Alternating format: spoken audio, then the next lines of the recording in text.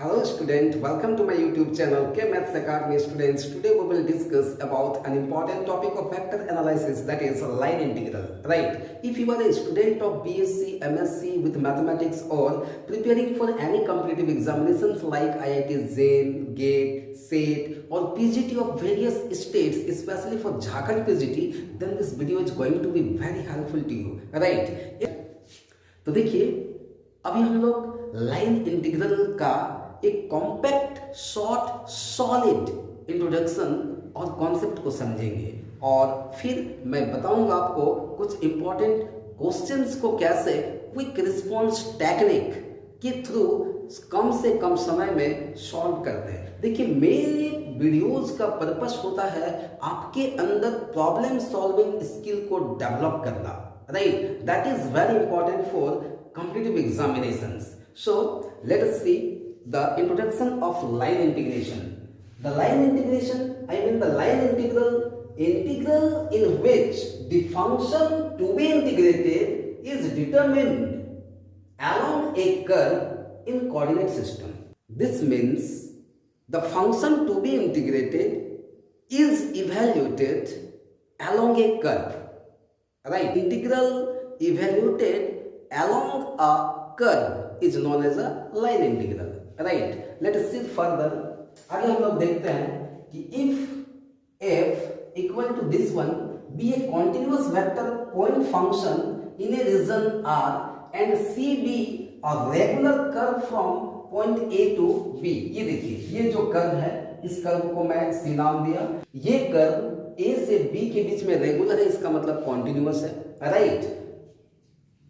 Curve from A to B, then the line integral of f this function along the curve C from A to B is defined as this one, f dot dr. The line integral of this function f along this curve, right, A to B, f dot dr, where r is the curve this one, where dr is this one, and f dot dr, here it is f and this is what, dr. You will find this one. देखिए line integral में अच्छा command होने के लिए आपको थोड़ा सा curve का नॉलेज होना चाहिए, बहुत ज़्यादा नहीं लेकिन कम से कम मिनिमम कर्व का equation, closed curve, smooth curve, ये सब थोड़ा थोड़ा आपको जानना जरूरी है। ऐसे कर्व के बारे में डिटेल से हम लोग डिफरेंशियल ज्योमेट्री में काफ़ी ज़्यादा पढ़ते हैं, लेकिन यहाँ आपको थोड़ा सा समझना है। प्रैक्टिकली समझिए कि व्हाट इज कर्व, कर्व क्या होता है, राइट? तो देखिए कर्व क्या है, तो curve is the locus of a point which moves in either a plane or in a space.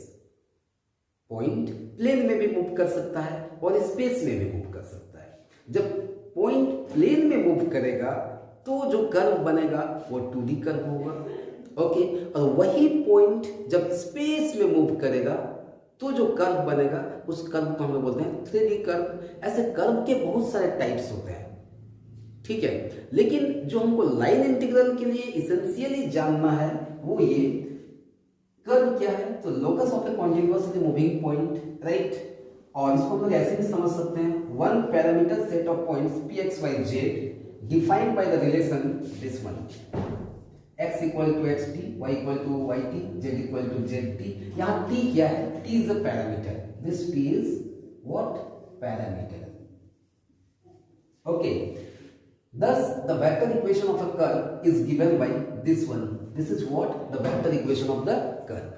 मान के चलिए ऐसे कि अगर कहीं आपको मिल जाए x equal to t square, y equal to 2t और z equal to t by 2, right? तो फिर इसका वेक्टर इक्वेशन कैसे हम लोग लिखेंगे? ऐसे लिख सकते हैं, देखिए टी स्क्वायर आई 2t j के t बाई 2 के ऐसे, ठीक है? अब थोड़ा सा समझिए, देखिए जैसे स्मूथ कर्व का मतलब क्या होता है, तो curve which is continuous and differentiable is known as a smooth curve. आपके पास क्लोज्ड कर्व का आइडिया होना चाहिए, तो क्लोज कर्व जिसका एंड पॉइंट और स्टार्टिंग पॉइंट एक ही होना चाहिए, कोइंसाइड करना चाहिए, राइट? ऐसे तो यहां से देखिए ये चीज आप इसको समझिए, locus of A continuously moving point in, अगर ये प्लेन में होता है तो वो 2D कर्व होगा, और जब ये स्पेस में होता है तो 3D कर्व होगा। तो इसको थोड़ा सा मैं समझाता हूं, इधर देखिए। अगर आप 2D कर्व की बात कर रहे हैं तो 2D कर्व का एग्जांपल क्या हो सकता है, बहुत सारा हो सकता है, जैसे पैराबोला, हाइपरबोला, एलिप्स, सर्कल, ठीक है, एस्ट्रॉयड, साइक्लॉयड, ये सभी है, सभी क्या है, 2D कर्व है, ठीक है। लेकिन यही पॉइंट जब स्पेस में मूव करता है, राइट, जैसे देखिए ये बोर्ड से बाहर अगर कोई ऐसा लाइन हो, कोई रस्सी हो, ठीक है, तो वो जब ये कर्व होगा तो उस कर्व कहाँ होगा, वो तो स्पेस में है, तो उसको हम लोग बोलते हैं 3D कर्व, ठीक है। तो वैसे कर्व का इक्वेशन ये होता है, ये देखिए इधर लिखा हुआ रहेगा, x = t², y = 2t और z = क्या, t/2, ऐसे कुछ भी हो सकता है। अब जैसे मान लीजिए मैं एक यहाँ पे कर्व लिखता हूँ, x = t² और y = 2t लिखा, ये क्या है, this is the parametric equation of किसका, पैराबोला। आप चेक कर सकते हैं, यहां से t का वैल्यू निकाल के आप यहाँ पुट कीजिए, इस t का वैल्यू को यहाँ पुट कीजिए, तो x = t का वैल्यू क्या पुट करोगे, y/2 का होल स्क्वायर, तो फिर आपको देखो क्या मिलने वाला है, y²/4, यानी y² = क्या मिला, 4x। आप समझ रहे हैं ये क्या है, पैराबोला है, राइट हैंडेड पैराबोला है, ऐसे। तो इस तरह से कर्व को अगर देखोगे, upward curve, downward curve, intersecting curve, ठीक है, सिंपल कर्व, दो तरह के कर्व होते हैं, हमको उससे मतलब नहीं है। लाइन इंटीग्रल जो हम लोग पढ़ेंगे उसमें एक कर्व होगा, सिंपल हो सकता है, 2D कर्व हो सकता है, 3D कर्व हो सकता है। Students, let us see the first question of line integral. I have taken it. This question has asked in Rajasthan TGT 2011. Right? तो देखिए मैं इस क्वेश्चन के थ्रू आपको प्रोसेस समझाऊंगा कि लाइन इंटीग्रल के प्रॉब्लम्स को कैसे आप सॉल्व कर सकते हो और किस किस टेक्निक का यूज कर सकते हो, और वो कौन सा टेक्निक हो सकता है जिसमें आप कम से कम समय में क्वेश्चन को सॉल्व कर सकते हो, राइट। तो आप यहाँ देख सकते हो, इसमें ये फंक्शन f गिवन है, एक कर्व है c, और कर्व का इंपॉर्टेंट है, देखिए ये कर्व का इक्वेशन है y = x3, और इंटीग्रेट करना है हमको 0,0 to 2,8, then the value of this line integral is, ये ऑप्शन है आपके। तो देखिए लाइन इंटीग्रल के प्रॉब्लम को हम लोग जब सॉल्व करेंगे कंपटीशन में, ऐसे तो ये डिफॉल्ट आप याद कर लीजिए, पूरे लाइन इंटीग्रेशन में r ये होगा और dr ये होगा, और f.dr ये निकालने का टेक्निक है, ठीक है। मैं आगे क्वेश्चंस में डायरेक्ट लिखूंगा, और डायरेक्ट कैसे लिखूंगा वो देखिए ऐसे, integration along curve C of f.dr। तो ये देखिए f.dr, ये f आपको दिखाई दे रहा है ना, बस i को आप रिप्लेस कीजिए, तो रिप्लेस कीजिएगा और i को रिप्लेस करके dx लिख दीजिए, और j को रिप्लेस करके dy लिख दीजिए, ये f.dr आ जाएगा। आप यहां देख सकते हैं f.dr में डिटेल से निकाला हूं। इसको इवैल्यूएट करने के कितने प्रोसेस पॉसिबल है, तो मैं आपको बताऊं, यहां से आपको इस क्वेश्चन को 4 तरीके से सॉल्व कर सकते हो, और उसमें जो शॉर्टेस्ट होगा वो आप देख सकते हो किसी से भी आप। तो मैं आपको 2 तरीका बताऊंगा, बाकी आप 2 कर सकते हो। तो देखिए क्या क्या है, कैसे कैसे आप बना सकते हैं। देखिए प्रोसेस 1, आप इस पूरे इंटीग्रांड को x में कन्वर्ट कीजिए और dy को dx में कन्वर्ट कीजिए, और लिमिट लीजिए किसका, x का। लिमिट किसका होना चाहिए, x का, 0 to 2, ये आप बनाइए, बन जाएगा, ये प्रोसेस 1। दूसरा प्रोसेस क्या कहता है, आप इस पूरे इंटीग्रांड को y में बदलिए और इस dx को भी dy में बदलिए और लिमिट लगाइए। ये लिमिट किसका होगा, y का, 0 to 8, इंटीग्रेट कीजिए, आंसर आएगा।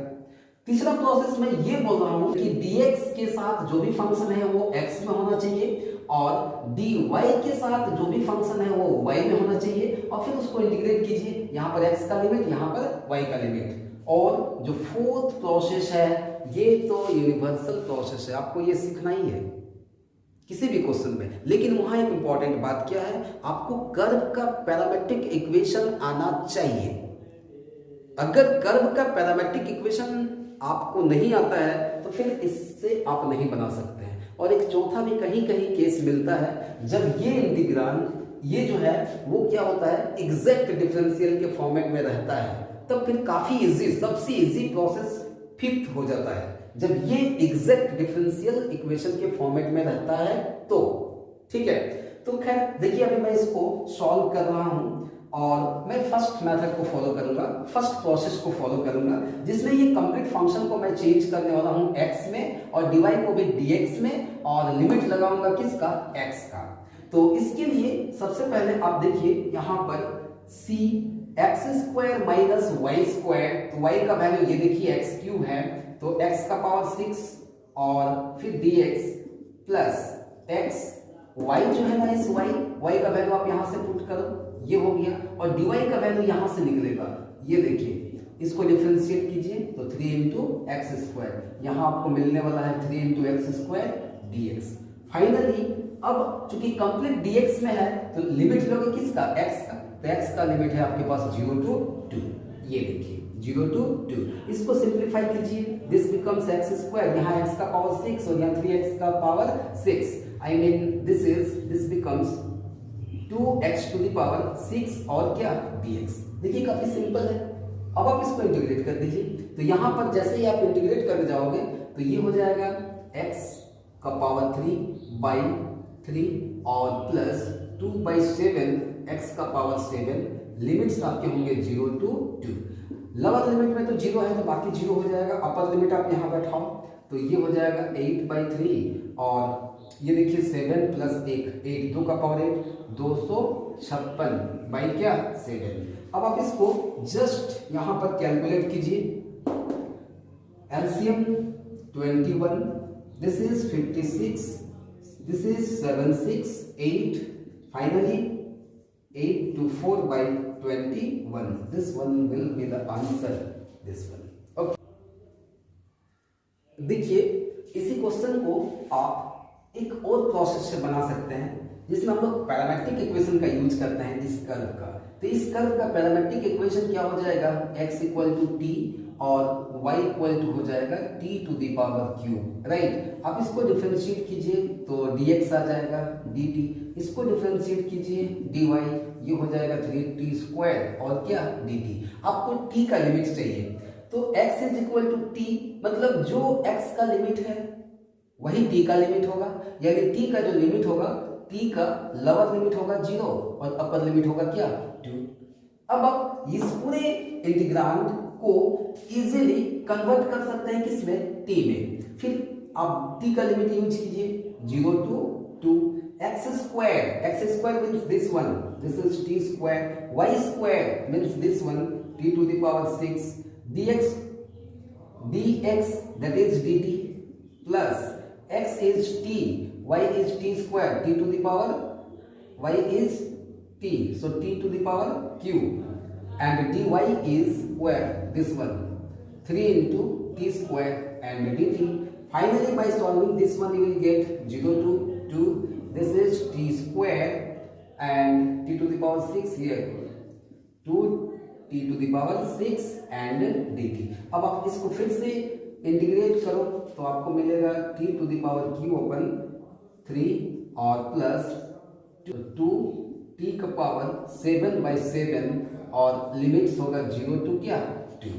अब जैसे ही आप यहाँ पे इस लिमिट का यूज करोगे तो ये हो जाएगा 8 बाई 3 और प्लस 256 बाई वॉट 7। अब आप फिर ऐसे ही एलसीएम लीजिए 21, ये देखिए सेम आएगा आंसर ऐसे। तो किसी भी लाइन इंटीग्रल को आप इवेल्यूएट कर सकते हो, या तो कंप्लीट इंटीग्रांड को चेंज करो x में और dy को dx में, लिमिट यूज करो x का। कंप्लीट इंटीग्रांड को चेंज कर सकते हो y में, dx को dy में, लिमिट यूज करो dy का, या फिर dx के साथ x, dy के साथ dy को रहने दो, इंटीग्रेट करो x और y दोनों का लिमिट यूज करके। या फिर आप देख सकते हो कि अगर ये एग्जैक्ट है तो फिर काफी इजी होता है, लेकिन नॉर्मली ऐसे सभी क्वेश्चंस रहते नहीं है। दूसरी बात, जो नेक्स्ट प्रोसेस है उसमें आप पैरामेट्रिक इक्वेशन का यूज करके बना सकते हो, ये भी काफी इजी होता है, लेकिन कभी कभी लेंथी हो जाता है। अगर पैरामेट्रिक इक्वेशन आप नहीं जानते हो तो फिर प्रॉब्लम में आ सकते हो। देखिए ऐसे ही कुछ इंपॉर्टेंट क्वेश्चंस को हम लोग नेक्स्ट इस वीडियो में और सॉल्व करेंगे। Let us see the next question. Right, in this question here we have to find out the value of this one, that is the line integral of this function f along this curve from 0,0 to 4,4. Okay, these are the options. Here f is this one and the line integral is this one. Right, मैं आपको बताया कि अब line integral को जब कभी भी आप इवैल्यूएट करोगे तो डायरेक्ट बना सकते हो, यानी f इस i के को j के जगह आप डायरेक्ट पुट करो x square y square dx और y dy। देखिए इससे प्रीवियस क्वेश्चन में मैं आपको क्या बताया कि कंप्लीट इंटीग्राल को कन्वर्ट किया x में और dy को dx में, लिमिट लगाया x का, क्वेश्चन बन गया। मैं क्या बोला था, आप किसी को भी यानी कंप्लीट फंक्शन को y में भी कन्वर्ट कर सकते हो। अगर आप चाहते हो कि नहीं मैं एक पार्ट को x में रहने दूं दूसरा को y में, तब भी बन सकता है, या फिर पैरामेट्रिक का यूज कर सकते हो। ठीक है, तो देखिए इस क्वेश्चन को मैं जो सिंपलेस्ट वे होगा उसको फॉलो करते हैं, कैसे बनाता हूं। देखिए तो यहां पर आप y स्क्वायर का वैल्यू पुट कीजिए 4x, तो this is what x square into 4x and dx, इसको रहने दीजिए। यहाँ x का आप लिमिट यूज कीजिए, तो x का लिमिट क्या है 0 to 4, दैट इज 0 to 4, फिर प्लस आप इसको कुछ मत कीजिए y dy ऐसे ही रहने दीजिए। y का लिमिट क्या है 0 to 4। नाउ इंटीग्रेट दिस, एक line. Now this is 4x cube dx plus 0 to 4 y dy। अब आप इसको इंटीग्रेट कीजिए, आपको क्या मिलने वाला है 4/4 x to the power 4 0 to 4 plus this is 1/2 and y square 0 to 4। काफी सिंपल है। अब देखिए 4 कैंसिल हो गया। अब यहाँ पे इसको बैठाओ तो 4 to the power 4 minus 0 plus half 4 to the power 2 minus 0, 256 plus half 16। अब इसको कैंसिल करो तो 264, देखो आंसर आ गया। This is the answer. देखो अगर आप इसको पैरामेट्रिक इक्वेशन का यूज करके बनाना चाहते हैं तब भी बन सकता है। देखिए ये एक पैराबोला है, ठीक है, y square equal to 4x, तो पैराबोला का parametric equation x equal to t square और y इक्वल टू आप 2t लो, फिर इसको डिफरेंशिएट करो, dx dy मिल जाएगा, ये dx और क्या dy, और उसके बाद फिर x y का वैल्यू को यहाँ पुट करो, t का लिमिट लो, फिर देखो ये आराम से बन जाएगा, आंसर भी वही आएगा। See the next question, question number 3। एक क्यूट सा प्रॉब्लम है। इस फंक्शन का इस कर्व के अलोंग 0,0 से 1,2 तक लाइन इंटीग्रल इवैल्यूएट करना है। तो देखिए line integral equal to this one. अब मैं डायरेक्ट इसको लिखता हूं, ठीक है, f डॉट dr कैसे आता है, बस इसके जगह dx और इसकी जगह dy लिखो, तो 3xy dx minus y square dy। अब ऐसा कर सकते हैं, इजी वे बनाने के लिए सबसे पहले यहां से आप y का वैल्यू पुट करो, तो 3x इंटू वाई का वैल्यू क्या है 2x स्क्वायर, ये हो गया dx और माइनस ये तो y में है ही, फिर कोई इशू नहीं है। अब आप यहाँ x का लिमिट यूज कर सकते हो, तो x का लिमिट है आपका 0,0 to 1, that is this one, और y का लिमिट 0 to 2। देखिए इसको आप लिख सकते हैं ऐसे 6x to the power 3 dx minus 0 to 2 y square dy। अब आप इसको इंटीग्रेट कीजिए, 6/4 x to the power 4 0 to 1 minus 1/3 y to the power cube 0 to 2। 1 बैठाइए 1 ही होगा, यानी दिस बिकम्स 3/2 माइनस आप यहाँ बैठाइए 2, तो 8/3. This is 6, 9, 16 minus 7/6. This is the answer. ये देखिए काफ़ी सिंपल है। लाइन इंटीग्रल क्वेश्चन को अगर आप प्रॉपर टेक्निक यूज करके बनाओगे काफ़ी कम समय में बनता है और कंपटीशन में आप अच्छा खासा समय बचा सकते हो। See the solution of this question, question number 4, right. F is given and C is the arc of this parabola y equal to x square in xy plane from 0,0 to 1, हुआ। ये देखिए ये आपका पैराबोला है, आपको यहाँ से यहाँ तक इंटीग्रेट करना है अलोंग दिस कर्व, राइट। तो एफ डॉट डी आर मैं अभी बताया ना, क्विक रिस्पॉन्स टेक्निक, जिसमें मैं बताया क्या, इसको इवैल्यूएट करने का सिंपल तरीका, इस i की जगह आप क्या लिख सकते हैं dx, और इस j की जगह आप क्या लिख सकते हैं dy, फिर आपको ये डायरेक्ट मिलेगा। अब आप देखिए ये सेपरेट है ऑलरेडी, तो यहाँ आप पूरे इंटीग्रल को x या पूरे इंटीग्रल को y या फिर पैरामेट्रिक फॉर्मेट में जाने का जरूरत नहीं है। काफी कम समय में आप यहाँ से ऐसे इसको क्विक रिस्पॉन्स टेक्निक से आप इसको बना सकते हैं। x का लिमिट लीजिए 0 to 1, x square dx, y का लिमिट लीजिए 0 to 1, देखिए ये दोनों ही, ये x का लिमिट है, ये y का लिमिट, y क्यूब dy, इसको इंटीग्रेट कीजिए तो 1/3 x क्यूब 0 to 1, ये इंटीग्रेट होगा 1/4 y4 0 to 1, right. This is nothing but 1/3 plus 1/4, 12, 4 plus 3 7/12, ये आंसर हो गया। देखिए ए नंबर काफी इजीली बना पाओगे। Let us see the next important question, ये भी लाइन इंटीग्रल पर बेस्ड है, जो मैं टाइप अभी बता रहा हूँ। इसमें ये एक फंक्शन है और इस फंक्शन का लाइन इंटीग्रल हमको इवैल्यूएट करना है, ठीक है, from origin to this point. जब आप इसको इवैल्यूएट करोगे तो आपको क्या करना है, जो फंक्शन गिवन है उसमें बस i की जगह dx, j की जगह dy और k की जगह dz पुट कर दो, तो आपका इसको वैल्यू, इसका वैल्यू आ जाएगा।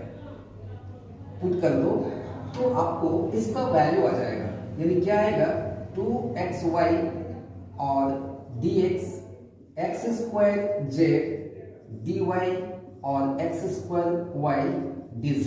देखिए यहाँ से बस मैं डायरेक्ट इसको गेट किया। अब इसके बाद यहाँ पर ये देखिए 3 डायमेंशनल सिचुएशन है, और एक इस केस में आपके लिए ये बेहतर तरीका है कि आपको इसका इक्वेशन आना चाहिए और हमेशा पैरामेट्रिक फॉर्मेट का यूज करेंगे।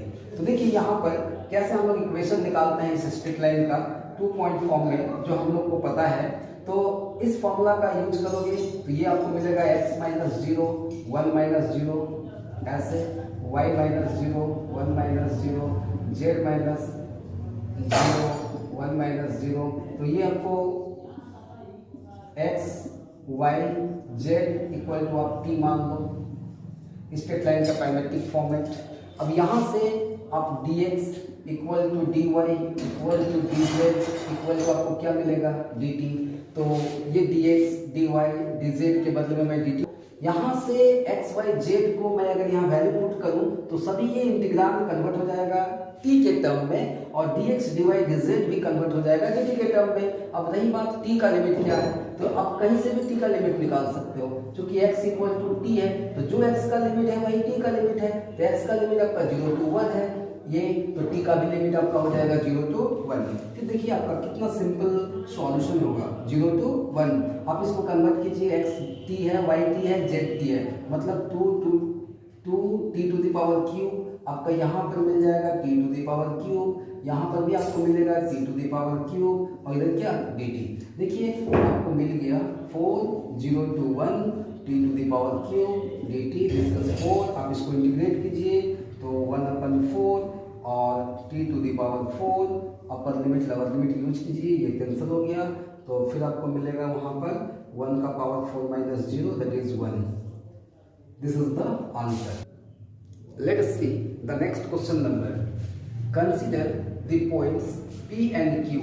Here it is, P and Q in the xy plane with P equal to 1,0 and Q equal to 0,1. I have taken this one. Then the line integral, this one, we have to evaluate this line integral. along the semicircle, this one. Okay, with the line segment PQ as its diameter, ये PQ इसका क्या होना चाहिए, diameter. एक ऐसा process होता है जो हमेशा हमें चेक करना चाहिए, अगर ये इंटीग्रांड जिसको इवैल्यूएट करना है, राइट,